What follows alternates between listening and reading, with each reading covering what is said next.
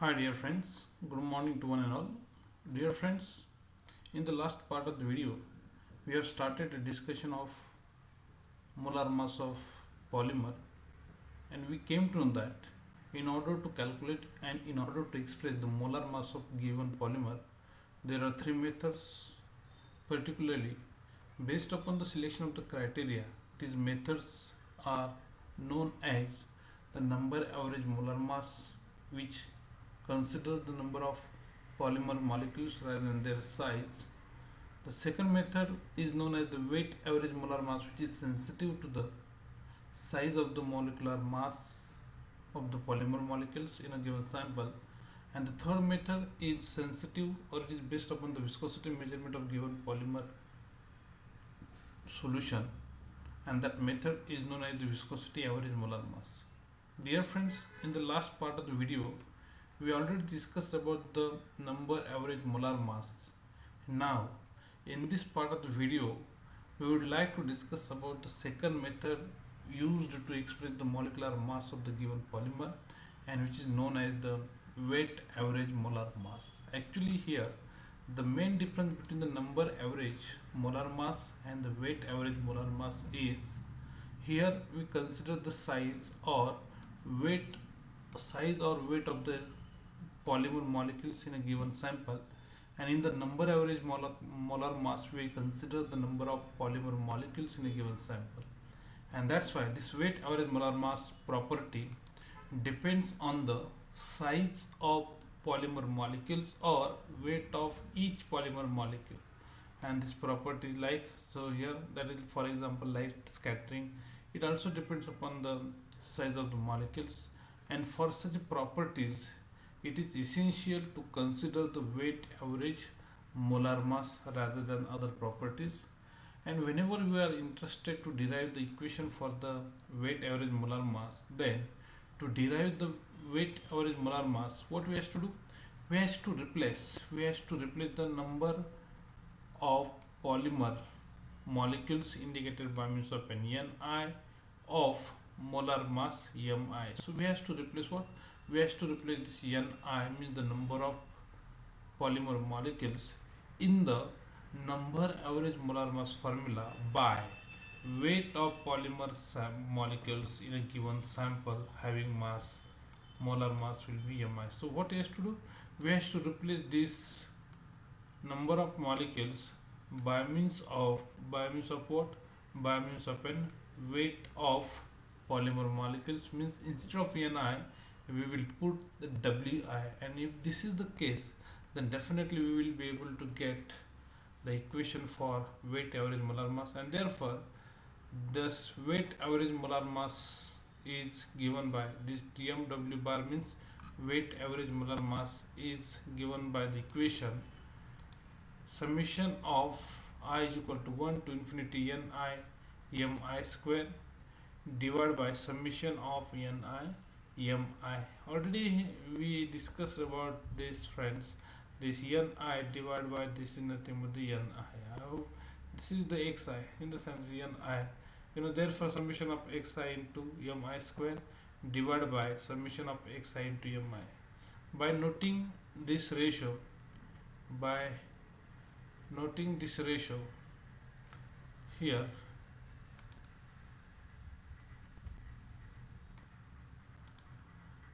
summation of Ni Mi divided by Ni Mi divided by summation of Ni Mi is the weight fraction of polymer. This is the weight fraction of polymer with the molar mass Mi, and this Mi, an alternative form of the weight average molar mass in terms of weight fraction. So by noting this summation of Ni Mi divided by summation of Ni Mi, as is the fraction of weight fraction of polymer, therefore instead of this Ni, what we are already I told you, we are going to replace this Ni means the number of polymer molecule by the weight of polymer molecule Wi, and therefore weight average molar mass is given by the summation of I is equal to 1 to infinity Wi Ni square. Here what we are going to do is just replace Ni by means of NWI, and therefore summation of uh, I is equal to 1 to infinity, that is Wi Mi square divided by summation of Wi, and this can be written as simply, that is nothing, instead of this we will be able to write this will be equal to summation of Wi Mi is equal to summation of Wi into Mi. Why this? How it comes? Because we already number of mole is meant weight divided by molecular weight, that we discussed last time. If we are remember about the same, then this Ni W upon Mi, so this M and this one M will get cancelled, and similarly here also this M and this M will get cancelled, and there will be only summation of Wi into one remaining Mi divided by summation of only the Wi, weight of ith component, ith polymer. This is very simple. So to regarding with the determination of this, regarding with the determination of weight average molar mass, whenever we are interested to calculate the weight average molar mass of the given polymer, then the weight average molar mass of given polymer is determined with the help of various techniques like or methods like light scattering or small angle neutron scattering, and sedimentation velocity can be also used, or the sedimentation velocity methods can be also used to determine the weight average molar mass. So these are some techniques, dear friends, which can be used to calculate or to determine the weight average molar mass of the given polymer.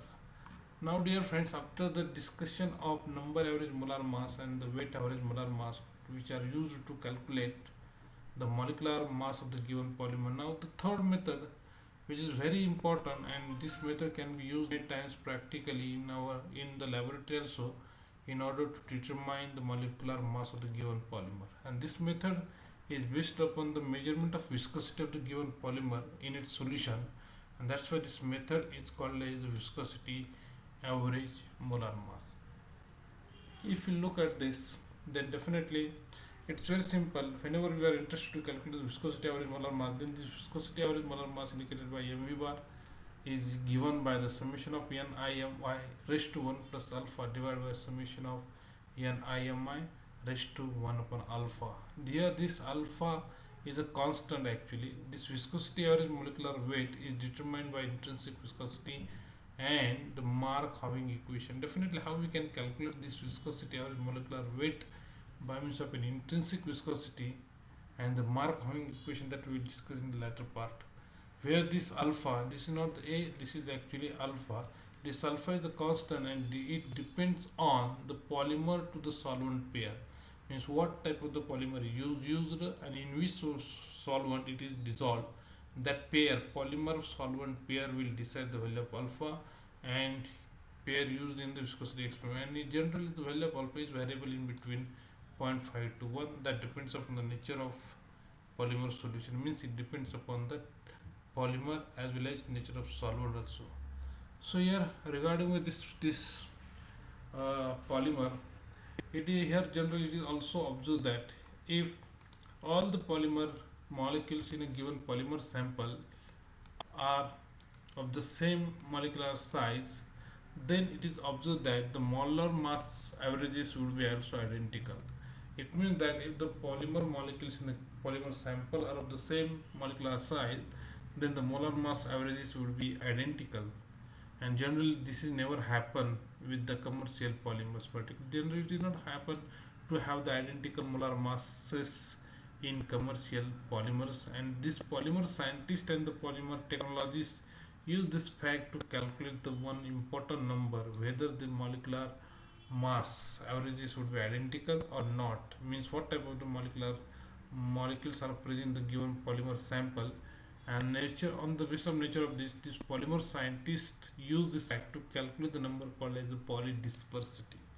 This polydispersity essentially used to measure the width of molar mass distribution. So here how much molar mass of the given polymer is distributed, or the molar mass of the given polymer is how much distributed, that distribution is given by the term, and that term is called as the polydispersity. So it indicates how much type of the molecules are present in a given polymer sample, and the ratio is polydispersity used to define the polydispersity index. And in order to define the polydispersity index, here it can be simply defined as the ratio of weight average molar mass, weight average mw bar, to the number average molar mass mn bar. So this ratio of weight average molar mass to the number average molar mass, this ratio is called as the polydispersity index. It's very simple to define.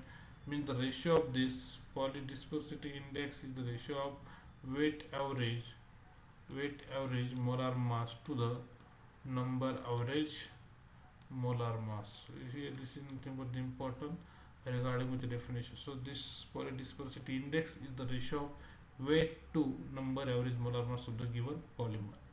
And here it is also observed that closer the polydispersity, or whenever this polydispersity approaches to the value of 1, or it approaches to the close to the 1, then it is observed that the narrower is the molar mass distribution, or the molar mass distribution becomes very narrow.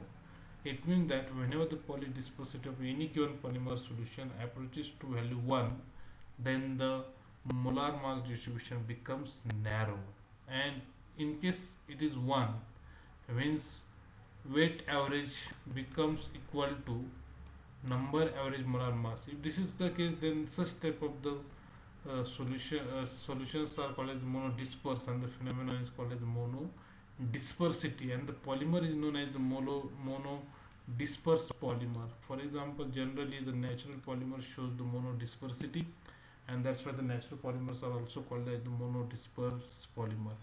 Again, the polymer whose molecules have wide range of their molar mass, generally these polymers whose molecules have wide range of molar mass are called as the polydisperse polymers, and the phenomenon is called polydispersity. Particularly this polydispersity is shown by the synthetic polymers, because these molecules are having the wide range of their molar mass. That's why this is the important case regarding with this. So dear friends, in this part of the video we try to discuss about the particularly weight average molar mass and the and the viscosity average molar mass. We also try to discuss based upon the distribution of molar mass, whether it is a narrow distribution or the wide distribution. There are two types of the phenomenon. One is the monodispersity and another one is the polydispersity. So in the monodispersity, generally the molecules are having the identical values of their molar mass, or the molecules are of the same type. But in case of a wide range, definitely we are having the molecules with the different molecular size, and the phenomenon is called as polydispersity and the polydispersity index. But this polydispersity index is very important. Based upon the value of polydispersity index, definitely we will be able to define the distribution of molar mass. So in dear friends, in this way we try to complete the discussion of molecular mass of the given polymer, and definitely we would like to discuss some numericals or the example based upon the molecular mass of the given polymer as well as polydispersity index. So dear friends, we will resume in the next part of the video to discuss about some numerical based upon the molecular mass of the given polymer by means of these three methods: number average molar mass, weight average molar mass, and the viscosity average molar mass. As well as we would also like to discuss some numerical based upon the polydispersity index. So dear friends, we will resume in the next part of the video. Thank you very much.